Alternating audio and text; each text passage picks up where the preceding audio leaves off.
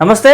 National Herald కేసుకు సంబంధించి తెలంగాణ ముఖ్యమంత్రి రేవంత్ రెడ్డి పేరును మరి ఈడీ ఛార్జ్షీట్లో పేర్కొనడం జరిగింది. అసలు ఎందుకు ముఖ్యమంత్రి పేరు వచ్చింది ఏంటనే విషయాలు అడిగి తెలుసుకునే ప్రయత్నం చేద్దాం. మనతో పాటు కాంగ్రెస్ బహిష్కృత నేత బక్క జర్సన మనతో ఉన్నారు. ఒక్కసారి వారితో మాట్లాడదు. నమస్తే అన్న. నమస్తే బ్రదర్. ఎట్లా చూస్తారన్న ముఖ్యమంత్రి పేరు ఆ ఛార్జ్షీట్లో ఉండడాన్ని ఎట్లా చూడవచ్చు? కాదు, ఇప్పుడు మీరు అమాయకుల రేవంత్ రెడ్డి తెలియగలవాడు నాకు అర్థమైతే లేదు. టీఆర్ఎస్ నాయకుల ప్రెస్ మీట్లు కానీ కొంతమంది ప్రెస్ మీట్లు చూస్తే నాకు చాలా జాలేస్తుంది. అరే వీళ్ళ ఆలోచన ఇంత తక్కువ ఉన్నదా అని.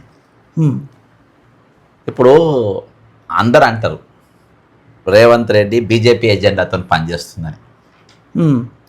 అది నిన్న కూడా కేటీఆర్ గారు ఒక ప్రెస్ మీట్లో మాట్లాడుకుంటా దీని మీద బీజేపీ వాళ్ళు ఎందుకు దీని మీద స్పందిస్తలేరు, ఇక్కడ వాళ్ళు ఎందుకు మాట్లాడతలేరు అని అన్నారు. అక్కడికి వెళ్ళి వీళ్ళకి డైరెక్షన్ లేదు. ఎందుకు లేదంటే వీళ్ళంతా ఒకటే, రేవంత్ రెడ్డి మీద తిట్టద్దు అనద్దు కాబట్టి వీళ్ళు అనరు. మరి పేరు ఎందుకు వచ్చింది, ఎట్లొచ్చింది అంటావా, ఎందుకోసం వచ్చింది అనేది మీరు చూస్తే అందులో ఈయన షేర్ హోల్డర్గా దేని కాదు, ఈయన వాళ్ళకు కొన్ని ఫండ్స్ ఇప్పించినని. ఎప్పుడు ఈయన వర్కింగ్ ప్రెసిడెంట్ ఉన్నప్పుడు వాళ్ళ కోసం మంచి చేసుకోనికి అక్కడ ఇండియా సంస్థ ఏదైతుందో దానికి టికెట్లు ఇప్పిస్తాను అదో ఇదో రెగ్యులర్గా నేను ₹1 తీసుకొని ₹1 వాళ్ళకు ఇప్పించిన దుకాణం ఇది.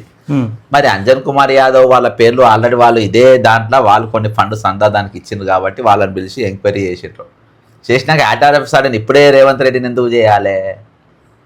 ఎప్పుడు చేసిందంటే రేవంత్ రెడ్డి గారు జపాన్లో ఉన్నాడు. జపాన్లో ఉన్నప్పుడు సోనియా గాంధీ గారి మీద రాహుల్ గాంధీ మీద ఛార్జ్షీట్లో వాళ్ళ పేర్లు పెట్టిండ్రు. మీరు ట్వీట్లు చూడండి, సిద్ధరామయ్య ట్వీట్లో స్పందించిండు, ధర్నాలో పాల్గొన్నాడు.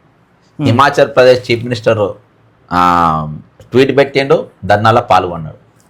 రేవంత్ రెడ్డి ట్వీట్ పెట్టలేదు, కనీసం స్పందించలే. మాట్లాడాలి దాని గురించి. ఎందుకు మాట్లాడలే? ఎందుకంటే ఆయన అప్పుడు కూడా బీజేపీ జేబుడినే ఉన్నాడు. మరి ఒకటేసారి ఈయన పేరు ఎందుకు వచ్చింది అంటే, ఈయన అప్పటిదాకా ఏ ఆలోచనతో ఉన్నాడంటే, అధిష్టానం కూడా ఎందుకు భయపడ్డది అంటే, రేవంత్ రెడ్డి అనేటోడిని ఒకవేళ రేపటి దినాన ముఖ్యమంత్రిగా తీసేస్తే నేను ఎమ్మెల్యేలను తీసుకుపోతా, బీజేపీని పట్టుకుంటే అయిపోతా. ఆల్రెడీ పొంగిరెడ్డి మీద ఈడీ కేసులు ఉన్నాయి, అట్లా ఎవరెవరి మీద ఉన్నాయి, తక్కిన వాళ్ళను ఆయాన భయాన చేసుకుని దాదాపు 50% ఆయా పార్టీలకి వెళ్ళి వచ్చిన వాళ్ళే కదా. కాంగ్రెస్ పార్టీ సిద్ధాంతం జెండా మోసిన వాళ్ళు ఏం కాదు, దాదాపు అక్కడికి వెళ్ళి వచ్చిన వాళ్ళు. కాబట్టి వాళ్ళందరినీ కూడా ఇది చేసుకుంటాను.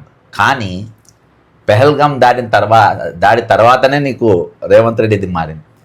పెహల్గాం దాడుల తర్వాత ఎప్పుడైతే అయినాక ఈ సిపాయి సెక్రటరీకి వెళ్ళి నెక్లెస్ రోడ్ వరకు పాదయాత్ర కూడా చేసిండు యుద్ధానికి మద్దతుగా. అర్థమైందా? అంటే నరేంద్ర మోడీ ఆడ కాంగ్రెస్ కార్యకర్తలు ఎవరు లేరు, ఆయనతో వచ్చిన 4-5 తప్ప వేరే వాళ్ళు ఎవ్వరు లేరు, ఎవరు పాల్గొని అంతా వాళ్ళని పెట్టిరు. నరేంద్ర మోడీ మెచ్చుకోవాలని ఒక పెద్ద యుద్ధం మేము ప్రకటిస్తాము అని చెప్పి సరే అంతా ఓకే, అంత బాగా. ఇక తెల్లారి ఆ రోజు రాత్రే యుద్ధం సీజ్ ఫైర్ అయిపోయింది. సీజ్ ఫైర్ కాగానే బీజేపీ కూడా సీజ్ ఫైర్ అయింది. దేశంలో బీజేపీ గ్రాఫ్ భయంకరంగా పడిపోయింది.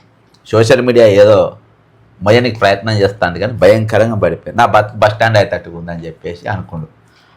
దాని తర్వాత మొన్న 3 రోజుల క్రితము రేవంత్ రెడ్డి రాజీవ్ గాంధీ వర్ధంతి రోజు 21వ తారీఖు బీజేపీని తిట్టిండు. ఫస్ట్ టైం బీజేపీని తిట్టిండు. నరేంద్ర మోడీ ఏదో పారిపోయిందనో ఏదో సంథింగ్ మొత్తానికి నరేంద్ర మోడీని తిట్టిండు నంబర్ 1. తర్వాత అది తిట్టిన తర్వాత నీకు దానికంటే ముందు రోజు ఏం జరిగిందంటే ఈటల రాజేందర్ ఈయన మీద దాడి చేసిండు, తిట్టుడు. ఈటల రాజేందర్ని ఎవరు గెలిపించిండు? రేవంత్ రెడ్డి గెలిపించిండు. రేవంత్ రెడ్డి గెలిపియబోతున్నా అని చెప్పేసి నేను గతంలోనే నా దగ్గర మేలు ఇయ్యాలి కూడా ఉన్నది. రేవంత్ రెడ్డి చేవెళ్ళ, మల్కాజ్గిరి, మెదకు, ఇట్లా కరీంనగరు, నల్గొండ అట్లా కొన్ని సీట్లు గెలిపించేప్పుడు నల్గొండ అంటున్నా, భువనగిరి కొన్ని సీట్లు, మహబూబ్ నగర్ కొన్ని సీట్లు గెలిపించే ఆలోచనలు ఉన్నారు. ఈ క్యాండిడేట్ ఇస్తే ఖతం అయిపోతుంది కాబట్టి కరీంనగర్ ఇవి అని చెప్పి నేను అధిష్టానానికి ఇచ్చిన. కాంగ్రెస్ గారు సస్పెండ్ అయినా కానీ మీ పరిస్థితి ఇట్లా ఉండబోతుందన్న. సేమ్ అదే తీరుగా అక్కడికి వెళ్ళి ఉన్నటువంటి సునీత మహేందర్ని తీసుకొచ్చి ఇక్కడ పెట్టిండు ఈటల రాజేందర్. మరి ఈటల రాజేందర్ అంతా కృతజ్ఞత ఎందుకు తీరుతాడు? తిట్టుమంతనే తీరుతాడు, తిట్టకుంటే ఎందుకు తీరుతాడు? విశ్వరెడ్డి సుట్టపోడు కూడా కదా భార్య తరపున. కాబట్టి బీజేపీ దాడి చేసింది. తర్వాత వీళ్ళు మెల్లమెల్ల దాడి, తర్వాత జగ్గారెడ్డి ఆయన మీద పడుడు. అంటే బీజేపీ నా మీద దాడి చేస్తుంది అనే సీన్ మెల్ల క్రియేట్ చేసిండు. క్రియేట్ చేసి మళ్ళా ఆయన పేరు ఈడీలా ఈయన పేరు కూడా వచ్చేటట్టు, ఈయన పేరు డికే శివకుమార్ పేరు కూడా, ఇద్దరు జోడిదారులు గుర్తుపెట్టుకో. ఆయన నన్ను బీజేపీ టార్గెట్ చేస్తుంది, ఆయన బీజేపీతో దోస్తాను ఉన్నది అక్కడ డికే శివకుమార్. వాళ్ళ తమ్ముడు మొన్న డికే శివకుమార్ పెద్ద పులి సింహం టైగర్ అనుకుంటాము, 4,20,000 ఓట్లతో ఓడిపోయింది వాళ్ళ తమ్ముడు కనక్పూర పార్లమెంట్కి వెళ్ళి. మొన్న బై ఎలక్షన్లో 3 అసెంబ్లీ అయితే 3 కాంగ్రెస్ పార్టీ గెలిచింది, మళ్ళా 3 కాంగ్రెస్ పార్టీ గెలిచింది. అంతకుముందు జరిగిన లాస్ట్ ఇయర్ జరిగిన పార్లమెంట్ ఎలక్షన్లో వాళ్ళ తమ్ముడు 4,20,000 ఓట్లతో ఓడిపోయింది. ఆయన పేరు కూడా వచ్చింది నేషనల్ హెరాల్డ్. వీళ్ళిద్దరి పేర్లు ఎందుకు వచ్చినాయి? ఇద్దరు కూడా బీజేపీకి దోస్తానే ఉన్నారు. ఎందుకు వచ్చినాయి వీళ్ళిద్దరి పేర్లు అని అంటే, ఈయన ముఖ్యమంత్రి పోబోతుంది, ఈయననేమో ముఖ్యమంత్రి కావాలని నన్ను బీజేపీ టార్గెట్ చేస్తుంది. మీకోసం నేను కూడా కేసు ఇరికినా, నేను మీతో ఇరికినా, నన్ను కంటిన్యూ చేయి, ఆయనతో నన్ను తీసేయగల, మీరు నన్ను తీసేయకుంటే అంటే కావాల్సుకునే 1000% బ్రదర్. నేను ఇన్ని ఎగ్జాంపుల్స్ ఎందుకు చెప్పినా, నేను ఎందుకు చెప్పినా, అమిత్ షాని ఎప్పుడు కావాలంటే అప్పుడు కలిసిండు, ఎవరిని ఎప్పుడు. ఈయనకి ఇంకా మధ్యలో ఒక పెద్ద గొట్టంగాడు ఉన్నాడు ఈయనను ముట్టుకోకుండా. ఎవడా గొట్టంగాడు? నారా చంద్రబాబు నాయుడు. ఎన్డీఏ పార్టీ టెంట్కు 11-12 పార్టీల అతుకుల బొంతకు మధ్యలో ఒక గొట్టంగాడు శ్రీమాన్ చంద్రబాబు నాయుడు గారు ఈయనకున్నాడు. ఆయన ఉన్న తర్వాత ఈయనకు పడుతుందా పిడి? పడే అవకాశాలు ఉన్నాయా? ఆయన దాదాపు షాడో పిఎం అన్నట్టే కదా, ఆయన చేయబట్టే కదా ఇవాళ ఎన్డీఏ ప్రభుత్వం ఉన్నది, నరేంద్ర మోదీ ప్రైమ్ మినిస్టర్ ఉంది. ఆయన జరిగితే కూలిపోతుంది కదా. ఆయన నితీష్ కుమార్ గారు మరి ఆయన ఉన్నాక ఈయన పేరు ఎందుకు వస్తుంది? చంద్రబాబు నాయుడు ఎక్కడ కాదని చెప్పిన నాగార్జున కన్వెన్షన్ కూడా కొట్టమంటే కూలగొట్టిండు. తెలంగాణను నీ గ్రాఫ్ పడిపేపించుకుండు. హైదరాబాద్లో 144 సెక్షన్ ఏం లేకుండా ఉత్తరాన్ని అట్లా పెట్టు, వేరే వాళ్ళు నీకు లోన్లు రాకుండా చేసుకోవాలంటే చేసుకున్నాడు. దావోస్కు పోయి రూపాయి రాకుండా కానీ 1,79,000 కోట్ల రూపాయలు వచ్చినాయి, 50,000 మందికి నౌకర్లు ఇచ్చేసినావు, అందరు నౌకర్లు చేసుకున్నట్టే అని చెప్పుకోమని చెప్పినావు. చెప్పుకుండు నీ గ్రాఫ్ నువ్వు తగ్గించుకో, నా గ్రాఫ్ పెరిగేటట్టు చూడు. అట్నే చేస్తుండు. 8 మంది అడ్వైజర్లు ఇచ్చిండు, బ్రహ్మాండంగా పెట్టుకున్నావు, నువ్వు వాళ్ళను నడిపిస్తున్నావు. ఇవాళ తెలుగుదేశంకి వెళ్ళి వచ్చిన వాళ్ళకు నువ్వు పదవులు ఇస్తున్నావు. కాబట్టి అంత పెద్ద నీకు ఉన్న తర్వాత ఈరోజు నీకు ఎందుకు వచ్చింది? ఎందుకంటే ఇవాళ బీజేపీ గ్రాఫ్ పడిపోయింది. బీజేపీ సపోర్ట్ చేసే పరిస్థితి ఉందో లేదో, నన్ను ఏ క్షణాన్నైనా నా ముఖ్యమంత్రి పదవి పోవచ్చు, కాబట్టి నేను బీజేపీతో యుద్ధం చేస్తున్నా. ఇప్పుడు నన్ను, రాహుల్ గాంధీని, సోనియా గాంధీ గారిని, డీకే శివ గారిని, మా నలుగురిని బీజేపీ టార్గెట్ చేసిందని చూపియనికి ఇది ఒక డ్రామా. ఈయన ముఖ్యమంత్రి దాకా డ్రామాలతోనే అయిండు. డ్రామాలు ఆడే, బీజేపీతో డ్రామా ఆడే మహేశ్వర్ రెడ్డి బీజేపీకి పోయేటట్టు చేసిండు, బీజేపీతో డ్రామా ఆడే మరిశేదర్ రెడ్డి అటు పోయేటట్టు చేసిండు, బీజేపీతో డ్రామా ఆడే డీకే అరుణ అటు పోయేటట్టు చేసింది. వీళ్ళు పోలే, అక్కడ పిలిచేటట్టు ఇట్లా చేసేటట్టు ఒక స్కెచ్ ప్రకారం ముఖ్యమంత్రి వీళ్ళందరూ చూడు, అందరు చీఫ్ మినిస్టర్ ఆస్పిరెంట్లో పోయాను, మామూలు ఎవడు పోలే. అందరూ ఒకరిద్దరు నేను ఆపిన, అందరు చీఫ్ మినిస్టర్ ఆస్పిరెంట్లే పోయాను, తక్కిన వాళ్ళు ఎవ్వరు కూడా పోలే. తర్వాత ఉత్తమ్ కుమార్ రెడ్డి టీడీపీలో బీఆర్ఎస్లో జాయినింగ్ అని చెప్పి లీకులు కూడా చేసింది. ఈయన ఒక్కడే గాంధీ వారసుడు, ఈయన తప్పి ఎవ్వరు లేడు అనే బిల్డప్ ఇచ్చిండు. కాబట్టి ఇదంతా 2000% బ్రదర్. నేను డిఫరెంట్గా ఆలోచిస్తా కాబట్టి నా పార్టీకే సస్పెండ్ చేశాను. అర్థమైందా? ఇది ఎందుకంటే అది ఒక తోడేలు, రేవంత్ రెడ్డి అంటే ఒక తోడేలు. అర్థమైందా? ఎసోంటి తోడేలు, ఎసోంటి గుంటనక్క అంటే సాకలోల నీలి రంగుల మునిగి నన్ను మిమ్మల్ని కాపాడడానికి సోనియా గాంధీ, రాహుల్ గాంధీ పంపిండని చెప్పుకొని బతికే రకం. నీళ్లు కొడితే రంగు బయటకు వచ్చింది, కానీ తప్పని పరిస్థితుల్లో లేపు కాంగ్రెస్ వాళ్ళే రంగు రుద్దుతున్నారు. లేదు నిన్ను సోనియా గాంధీ, రాహుల్ గాంధీ పంపింది, నువ్వే మమ్మల్ని కాపాడేటోని అని చెప్పేసి రంగు రుద్దింది. కానీ జనం అట్లా ఒప్పుకుంటలేదు.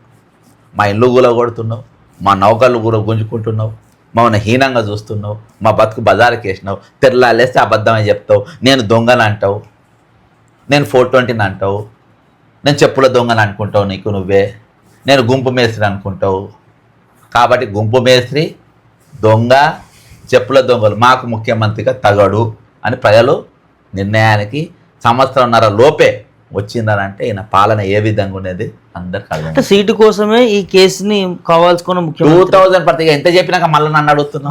నేను ఇంత నీట్గా చెప్పిన కదా బట్ డ్రామా నేను ఈటల రాజేంద్ర అయితే అంత చెప్పే అవసరం లేదు. ఈటల రాజేంద్ర ఆయన మనిషి అని చెప్పనీకి, ఆయన గెలిపించిందని చెప్పనీకి, చేవలలో మన నిరాత గెలుస్తుంది. అసలు ముఖ్యమంత్రి సీట్ ఎందుకు తీయాలనుకుంటున్నారు? ఇంత వ్యతిరేకత ఉందంటున్నారు కానీ మాది ప్రజాపాలన, మేము చాలా బ్రహ్మాండంగా చేస్తున్నాం. ప్రజాపాలన కాదు, రాక్షస పాలన కంటే అధ్వానం ఇది. గాడ్జిలా పాలన ఇది. గాడ్జిలా ఉంటుంది చూసినా, ఒక పెద్ద జంతువు, వింత జంతువు, దాని పాలన ఈరోజు. కాబట్టి చూస్తే మనిషి ఇంత ఉంటుంది కానీ ఈరోజు రాష్ట్రం మొత్తం మింగిన ఆకలి తీరని అంత దుష్టుడు ఆయన. అన్ని చీప్ ట్రిక్స్, చిల్లర పనులతోని అయిండు. వేరే నాయకులు ఏంటంటే ఆ స్టేచర్కు దిగజాలేరు కాబట్టి అట్లా పోలే. 10 ఏళ్ళు తిరుగుతాడు, 10 ఏళ్ళు తిరుగుతాడు. అందరిలో ఎవరికి అవసరం ఉంటే వారి ఇంటికి పోతాడు, ఏదన్నా చేసి. ఇవాళ మాత్రం 100% హీజ్ ఆన్ వెంటిలేటర్. ప్రజల మధ్య ఏఐసిసి ఒక సర్వే చేయించుకుంది. ఆ సర్వే ప్రకారం 68% ఈయన మీద వ్యతిరేకత కాదు, కోపం పైన ఉన్నారు. కాంగ్రెస్ పార్టీ పైన వ్యతిరేకత 40% ఉన్నారు. ఈయన సునీల్ కనుగోలు 420 కానీ సర్వే కాదు, ఇది ఒరిజినల్ కాంగ్రెస్ సర్వే. సునీల్ కనుగోలు వీళ్ళిద్దరుగా డ్రామాలు ఆడి వీడైతేనే గెలుస్తాడు, తెలుగుదేశంకి వెళ్ళి వచ్చిన వాడే గెలుస్తాడు అని చెప్పేసి వాళ్ళని చూపించి ఆ కేసు వేణుగోపాల్ అనేటువంటి వాడు అవలేగాడు ఉన్నాడు, వాడిని మేనేజ్ చేసి వీళ్ళు మొత్తం ఈ డ్రామా నడిపించారు. ఇది అండ్ల వచ్చుడు. ఈయన పేరు డికే శివకుమార్ పేరు, దివ్య శివకుమార్ వదిలే పక్క రాష్ట్రం నాకు అవసరం. రేవంత్ రెడ్డి పేరు వచ్చుడు మాత్రం 101% ఈయననే పెట్టించుకున్నాడు. అంతే, ఈయననే పెట్టుకుంటు, ఎవరు పెట్టలే. ఇది 2000% కరెక్ట్. ఇంకా మీరు నేను ఇంకా కొన్ని చెప్పాలని, కానీ నేను చాలా చెప్పగలుగుతాను ఎగ్జాంపుల్స్, అది అవసరం లేదు. కానీ ఈయన 101% ఈయననే పెట్టించుకున్నాను. రైట్. ఇంకో అంశం హైడ్రా అన్న, మీరు కూడా పోరాటం చేస్తూ ఉన్నారు స్టార్టింగ్ నుంచి ఇప్పటి వరకు సంబంధించి, దాని గురించి ఏం చెప్తారు? మళ్ళీ రీసెంట్గా కూల్చివేసలు జరుగుతూ ఉన్నాయి, ఎట్లా చూస్తారు? ఇప్పుడు హైడ్రా అనేది 100% అదొక మాఫియా.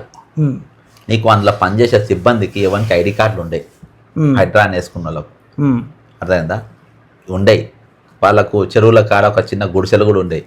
వచ్చి గుండగాళ్ళ కబ్జాదారులు ఎట్లుంటే అట్లా కూర్చుంటారు. ఇక పోతే ఇవాళ హైడ్రా నీవు ఈ స్టేడియం మన కాసు బ్రహ్మానందరెడ్డి కేబీఆర్ పార్క్ ఉంది కదా, కేబీఆర్ పార్క్ కాడ పెద్ద పెద్ద బోర్డులు పెట్టిండ్రు, అడ్వర్టైజ్మెంట్. అవని సీఎం తమ్ముడు కృష్ణారెడ్డికి బినామీగా ఉన్నటువంటి నవనిర్మాణ్ కంపెనీ. అర్థమైందా? ఇక ఒక మూడు చూపెడతాను నేను. ఇగో ఇవన్నీ, ఇది ఎయిర్పోర్ట్ల ఇల్లీగల్గా ఇవన్నీ, ఇగో ఎయిర్పోర్ట్ల ఇల్లీగల్గా పెట్టినటువంటి ఇవి. వేరే వాళ్ళు ఏమో కూలగొడతారు, వేరే వాళ్ళు ఇరగొట్టి ఆ ఇనుము కూడా ఎక్కపోయి అమ్ముకుంటారు హైదరాబాద్లో. వీళ్ళ ఇంత ఇల్లీగల్గా నడుస్తున్నా ఇది ఇగో ఈ బోర్డు. ఇక టెండరు 12 కోట్ల రూపాయలకు అక్షయ కంపెనీ వేస్తే రేవంత్ రెడ్డి తమ్ముని కృష్ణారెడ్డి కంపెనీ నవనిర్మాణ్ కంపెనీ 63 లక్షలకి ఇస్తే వాళ్ళకి ఇచ్చిండ్రు. ఇయ్యంగా అవి కాక మళ్ళీ మొత్తం అట్లా సంవత్సరానికి 11 కోట్ల 30 లక్షలు ఒట్టి శంషాబాద్ ఎయిర్పోర్ట్ ఒక 3 కిలోమీటర్ల లోపే 12 కోట్ల నష్టం. అంటే ఇక రాష్ట్రం మొత్తం ఎట్లా చెప్పు, అర్థమైందా? హైడ్రా ఇవి కూలగొడతలేరు, ముడతలేరు ఇవి ఈ బోర్డులు. నిన్ననే కేబీఆర్ పార్క్ కూడా పెట్టిండ్రు. ఇంకొకటి ఏంటంటే ఇప్పుడు పేదల ఇండ్లు గులగొడతాను కదా, చెరువులలో కట్టేసినాయని. నేను ఏప్రిల్ 26 కంప్లైంట్ ఇచ్చిన. దేనిపైన ఇచ్చిన అంటే మన ది ప్రెస్టేజ్ సిటీ హైడ్రాకి ఇచ్చింది. ది ప్రెస్టేజ్ సిటీ ఇది బాజాప్తా ప్రేమావత్ చెరువు, అప్ప చెరువు, 2 చెరువులు కబ్జా చేసి బాజాప్తగా కడతా ఉంటారు. అక్కడ ప్రతి ఆదివారం రేవంత్ రెడ్డికి అత్యంత సన్నిహితంగా మీడియేటర్గా వ్యవహరించే మనిషి. ఇప్పుడు ఈ అడ్వర్టైజ్మెంట్లో కూడా ఫయం కురేషి అనేటువంటి మాట్లాడింది మీడియేటింగ్. లెక్కలు కుదరకుండా టైమ్స్ ఆఫ్ ఇండియా ఉన్న ఎలగొట్టిన అడ్వర్టైజ్మెంట్ కంపెనీ ఉంది టైమ్స్ ఆఫ్ ఇండియాకు. అక్షయ కంపెనీ కూడా ఒక స్టార్ హోటల్లో కూర్చొని కృష్ణారెడ్డి కూడా కాకుండా ఎలగొట్టిండ్రు. సేమ్ అదే పర్సన్ ప్రతి వారానికి ఒక 2 రోజులు ఈ ప్రెస్టేజ్లో పోయి కూర్చుంటాడు. అబ్బా దగ్గర ఉండి కట్టిపిస్తాడు. ఇది చెరువులో ఉన్నది, 300 అడుగుల లోపల ఉన్నది. దీన్ని ఎందుకు కొడతలేరు? సేమ్ ఆనంద్ కన్వెన్షన్ ఇది ఎక్కడ ఉన్నది? సేమ్ అదే చెరువుల మహేందర్ రెడ్డి ఇల్లు ఉన్నది. ఇప్పుడు విప్ ఉన్నది కదా, గవర్నమెంట్ విప్, తాండూరు మహేందర్ రెడ్డి ఆయనది ఉన్నది. ప్లస్ ఆనంద్ కన్వెన్షన్ దాదాపు 300 అడుగుల లోపలికి వెళ్ళిపోయింది హిమాయత్ సాగర్లకు. అవెందుకులో కొడతలేరు? నీ తమ్ముడు తిరుపతి రెడ్డిది, నువ్వు పోయి స్టే తెచ్చుకోమంటావు. స్టే ఎట్లా ఇస్తారు? స్టేలో ఏమని రాస్తాడు? మా అన్న ముఖ్యమంత్రి ఇట్లా హైడ్రా తెచ్చిండు, అన్నది కూలగొడదామని నోటీస్ అంచిండు, కాబట్టి కూలగొట్టొద్దంటే నోటీస్ ఇస్తారా వాళ్ళు? స్టే ఇయ్యరు కదా. నా తమ్ముడు ముఖ్యమంత్రి తెలంగాణ రేవంత్ రెడ్డి ముఖ్యమంత్రి గారు అవులేగాడు ఇట్లా నా చెరువులు ఉందని చెప్పి కూలగొడతానని చూస్తుండు. కాబట్టి వానికి తెలియలేదు నేను పలానప్పుడు కొన్నా, వాడు ఏం చూడకుండానే ఇట్లా చేసిండని చెప్పి చెప్తేనే స్టే ఇస్తారు. అంటే నెగిటివ్గా చెప్తేనే ఇస్తారు. అసోంటిది ఆయన కూడా నువ్వు నన్ను అవలేగాలని తిట్టుకో, నువ్వు స్టే తెచ్చుకో అని చెప్పి పర్మిషన్ ఇచ్చినావు. నా అన్న ముఖ్యమంత్రి ఇచ్చిన దాన్ని నా చిరసావిస్తాను కూలగొట్టుకోకుండా తెచ్చుకున్నాను. మరి పేదల ఇండ్లు, కోర్టు కేసులు నడుస్తున్న ఇండ్లు, పర్మిషన్ ఉన్న ఇండ్లు, రిజిస్ట్రేషన్ ఉన్న ఇండ్లు ఈరోజు ఎట్లా గులగొడతారు మీరు? ఎందుకు గులగొడుతుంది మీరు? అరే ఇంద్రమ్మ రాజ్యం అంతా ఇండ్లు గులగొట్టురా రాబాయ్? ఇంద్రమ్మ రాజ్యం అంతా ఇండ్లు గులగొట్టుడా? ఇంద్రమ్మ రాజ్యం అని అంటే ఇండ్లు గుంజుకునుడా? ఇంద్రమ్మ రాజ్యం అని అంటే నౌకర్లు ఇచ్చింది, ఒక బిహెచ్ఎల్ కట్టింది, ఒక అటామిక్ సెంటర్లు కట్టింది, పెద్ద పెద్ద కంపెనీలు తెచ్చింది, పటాన్చెరు ఇండస్ట్రియల్ కారిడార్ తెచ్చింది. నౌకర్ నువ్వెక్కడ దాపరించినావు? నౌకర్లు గుంజుకుంటావు, నువ్వు బతుకుదేరు గుంజుకుంటావు, ఇండ్లు గులగొడతావు. ఇది బాగా దరిద్రం కాకుండా ఏమంటారు? దానికోసం ఒక డిపార్ట్మెంటే పెట్టిండు. ఒక ట్యాగ్లైన్ వేసుకుంటారు కదా, చెరువులను కాపాడుతున్నాం, ప్రభుత్వ ఆస్తులని కాపాడుతున్నాం అంటూ ఒక ట్యాగ్లైన్ వేసుకొని ముందు పోతాం. అంతే, ముందు ఒక 2 గులగొట్టాలి, చిన్నోని పెద్దోని ఇప్పుడు ప్రెస్టేజోని భయపెట్టియాలి, పైసలు గుంజాలి. వెస్టర్న్ భయపెట్టియాలి, పైసలు గుంజాలి. వెస్టర్న్ ఎవరిది? వాడు ఉన్నారు కదా, ఎవడో ఎంపీ పోటీ చేసిండు మొన్న, రంజిత్ రెడ్డికి టీఎస్ఐసి భూమి ఫ్యాక్టరీ పెట్టకుండా వాపసు తీసుకోవాలి కదా, రైతులకు ఇచ్చేయాలి కదా. పెట్టకుండా వానికి ఎట్లా ఇస్తారు? వానికి ఇస్తే వాడు తీసుకొని వెస్టర్న్కి ఇచ్చిన అలా స్టాలిన్ పెట్టుబడులు ఉన్నాయండి. ఇప్పుడు వాళ్ళ దగ్గర 500 కోట్లు తీసుకుందంట. ఆయన ఎందుకు గులగొట్టారు మరి? ఇప్పుడు పేదోళ్ళే ఎందుకు గులగొడతారు అంటే పేదోళ్ళే గులగొట్టి పెద్దోళ్ళని భయపెట్టియాలన్న స్కెచ్ హైడ్రా లక్ష్యం ఏంటంటే హైడ్రాకు వాసవి కోమ చెరువులు ఉన్నది కనబడది. ఆయన స్వయంగా సొంత ఆయన ఉండే ఇల్లు కూడా ఏది యూసుఫ్ కూడా పెద్ద చెరువు దగ్గర ఉన్నది ఆయన కనబడది. కనీసం సర్వే కూడా చేసుకోరు ఇవాళ దాకా. అదేందా ఆనంద్ కన్వెన్షన్ ఈ చెరువులో ఉన్నది కనబడది, హిమాయత్ చెరువులు ఉన్నది కనబడది, ది ప్రెస్టేజ్ ఆ చెరువులు ఉన్నది కనబడది. రేపు చెప్తున్నా, ఇంట్లో ఇండ్లు కొనేటోళ్ళు కూడా చెప్తున్నా, దయచేసి మీరు కొన్న తర్వాత కూలగొట్టిన తర్వాత బాధపడదు. మీరు పుణ్యానికి ఇస్తలేరు కదా, పైసలు ఇస్తే కదా కొనేది. అదేదో మంచి ల్యాండ్, రిజిస్ట్రేషన్ ల్యాండ్ ఉన్నది, చెరువులో లేనిది, పాత చెరువులు ఒక 15 రోజులు సర్వే చేసుకొని కొనుండ్రి. ఈ చెరువులలో మీరు ఎందుకు కొనాలి? రేపు రంగనాథ్ భాయ్ మళ్ళీ ఎవరైనా మెంటల్ గార్డ్ వచ్చింది అనుకో, చెరువులో ఉన్నది ఒరిజినల్ కూలగొడతాను మీ పరిస్థితి ఏంది? కాబట్టి ప్రజలు కూడా లౌకికంతో ఉండాలి. మేము ఏవి కొనాలి, ఏవి కొనొద్దు, ఇటువంటి కొని మళ్ళీ మీరు పరేషాన్ కావద్దు. ఇవాళ ఆల్రెడీ ప్రీ బుకింగ్లో చాలామంది కొనుక్కుంటారంట భూముల ఎంక్వైరీ. వెస్టర్న్ కూడా అంతే, మొత్తం టీఎస్ఐసి. రేపు కోర్టులో ఏదో ఒకటి స్టే వచ్చింది అనుకో, మొత్తం డెమాలిషన్ అంటే మొత్తం రోడ్ల పైనకి వస్తారు. కాబట్టి ఇటువంటి కొనొద్దు.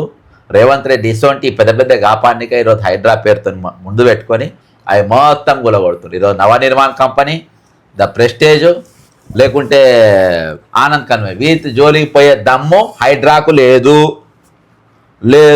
ఎందుకంటే వీటి వెనక రేవంత్ రెడ్డి ఉన్నాడు.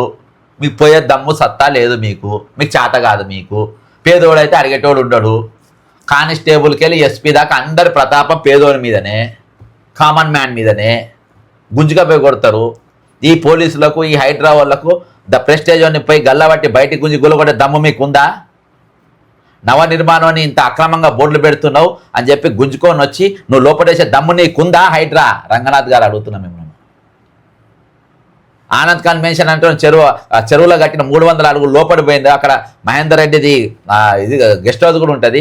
వాళ్ళ బయటకు గుంజుకొచ్చి కూలగొట్టే దమ్ము హైడ్రాకుందా, రంగనాథ్కు ఉందా అని చెప్పి నేను అడుగుతున్నా. లేదు, మీకు లేదు. కామన్ మ్యాన్ బోర్డులు పెట్టుకుంటే 4 రూపాయలు సంపాదించుకుంటే 4 ఎంప్లాయ్ అంటే వాడిని గులగొట్టి వాడిని ఇనుమెత్తుకపోయి అమ్ముకునే దమ్ము మీకున్నది.